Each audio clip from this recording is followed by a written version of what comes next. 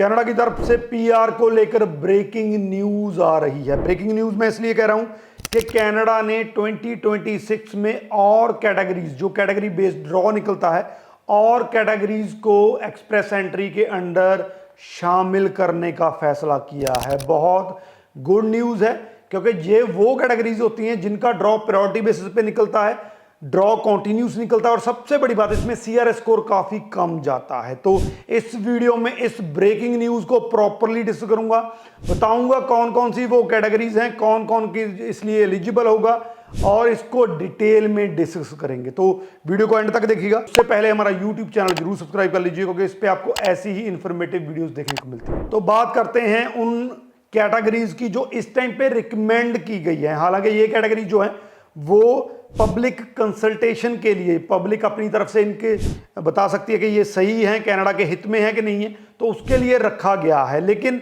Sure है कि ये कैटेगरी जो है वो कर दी जाएंगी। सबसे पहली कैटेगरी लीडरशिप कैटेगरी है। अगर आप हाईली स्किल्ड वर्कर हैं, अगर आप सीनियर मैनेजमेंट पोजीशन पे हैं, तो 2026 में शामिल की जाने वाली इस कैटेगरी के लिए आप एलिजिबल हो सकते हैं। इसके अंडर कनाडा में पीआर हो सकते हैं।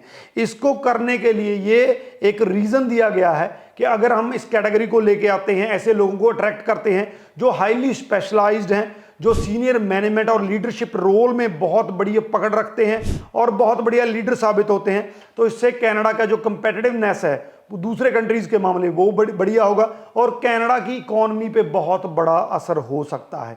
यहां पे मैं बता दूं आपको कि टीयर 0 और 1 की जो है, खास करके टीयर 0 की हम बात करें, जो इसमें ऑक्यूपेशंस आते हैं, जहां इसमें जो कैटेगरीज आती हैं वो इसमें मानी जाती हैं। तो अगर आप सीनियर मैनेजर की लेवल में हैं, किसी बढ़िया मल्टीनेशनल में काम कर रहे हैं, तो आपके लिए 2026 जो है ये गुड न्यूज लेके आ रहा है।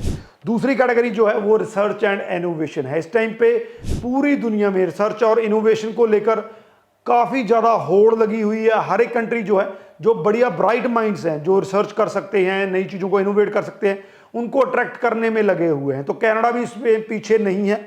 तो कनाडा इस कैटेगरी को एक्सप्रेस एंट्री के अंडर इंट्रोड्यूस करने जा रहा है। इसमें अगर आप आप क्रिएटिव हैं, आपके पास इनोवेशन है, आप रिसर्च कर सकते हैं, तो इस कैटेगरी के अंडर अप्लाई कर सकते हैं। हालांकि ये कैटेगरी थोड़ी सी हाईली स्पेशलाइज्ड होगी। कोई भी साइंटिस्ट है, इंजीनियरिंग बैकग्राउंड से आता है, साइंस बैकग्राउंड से आता है, आईटी से आता है, कंप्यूटर साइंस से आता है, एआई से आता है, और वो कुछ ऐसी चीजें डेवलप कर सकता है, इनोवेट कर सकता है, जो आगे चल के बहुत बड़ा चेंज ला सकती हैं। तो ये वो लोग होंगे जो इस कैटेगरी के अंडर आएंगे। तो रिसर्च एंड इनोवेशन कैटेगरी बहुत इंटरेस्टिंग होने वाली है। अगर आप इस फील्ड से आते हैं तो 2026 में आपको एक बड़ा बूस्ट मिल सकता है। आप कनाडा में इस कैटेगरी के अंडर जो है वो पीआर ले सकते हैं।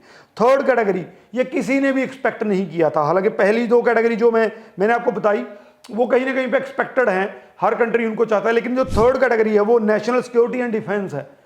जब भी आप कनाडा में अपना, अगर आप यहाँ पे पुलिस में हैं, इंडिया में, यहाँ पे मिलिट्री में हैं, आर्मी में हैं, तो अगर आप कनाडा के लिए अप्लाई करते हैं तो आपको बहुत कम वीज़ा मिलता है। क्योंकि जो फॉरेन नेशनल हैं, जो किसी डिफेंस में हैं, तो उनको वीज़ा बहुत स्कूटनी के साथ दिया जाता है। लेकिन अब इन्होंने इस कैटेगरी को निकाल दिया है, जो पूरी दुनिया से, खास करके जो अलाइड इनके कंट्रीज हैं, उनसे ये हाईली स्पेशलाइज्ड, जो मिलिट्री में है, डिफेंस में काम करते रहे हैं, तो उनको रिक्रूट करने वाले हैं, ताकि कनाडा की डिफेंस को और मजबूत किया जा सके।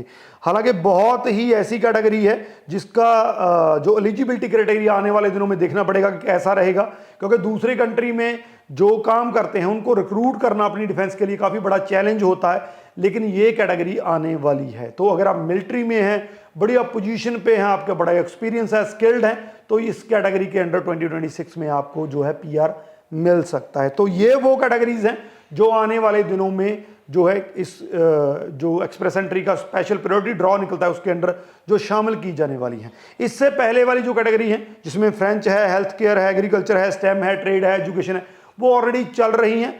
होप्स हो कि 2026 में ये चलती रहेंगी। और जो मैंने फ्रेंच कहा, ये कॉन्टिन्यूसली बढ़ती जाएगी, इसका पक्का है। क्योंकि फ्रेंच जो है 2025 में इन्होंने 8.5% का कोटा लिया था, 2026 में इसको बढ़ा के 9.5% कर दिया जाएगा, टोटल जो पीआर का कोटा है। और जो 2027 है इसको 10% कर दिया जाएगा। अगर आप स्टूडेंट हैं, वर्कर हैं, मैं हाईली रिकमेंड करता हूं, अगर फ्रेंच या नई लैंग्वेज सीखने में आपका इंटरेस्ट है तो फ्रेंच कर सकते हैं। लेवल 7 लीजिए, आपके पीआर के चांसेस दुगने नहीं, 5 गुना नहीं, 10 गुना बढ़ सकते हैं। तो गुड न्यूज है कि नई कैटेगरीज जो हैं वो कनाडा में एक्सप्रेस एंट्री के अंडर शामिल होने वाली हैं। बहुत बढ़िया न्यूज है, बहुत गुड न्यूज है पीआर को लेकर, इसको शेयर जरूर कर दीजिए। बाकी अगर पीआर की जो प्रोफाइल है उसको असेस करवाना है, कंफ्यूजन में है पीआर हो सकता है कि नहीं हो सकता है, अगर हो सकता है तो किस कैटेगरी के अंडर हो सकता है नहीं पता है, तो नंबर हमारे नीचे दिए गए हैं, उस पर कॉन्टैक्ट कर सकते हैं। हमें आप जो है हमारे व्हाट्सएप पे कॉन्टैक्ट कर सकते हैं। हम आपकी प्रोफाइल की असेसमेंट करके प्रॉपरली आपको बता देंगे कौन से वो पाथवे हैं जिसके अंडर आप पीआर हो सकते हैं, कैसे हो सकते हैं, आपको क्या करना पड़ेगा। तो असेसमेंट के लिए हमें जो है कांटेक्ट कर सकते हैं। इस वीडियो को शेयर कर दीजिए, अगर कोई क्वेश्चन है तो नीचे लिख दीजिए, आपको आंसर मिल जाएगा। राजवी चहल, थैंक यू सो मच।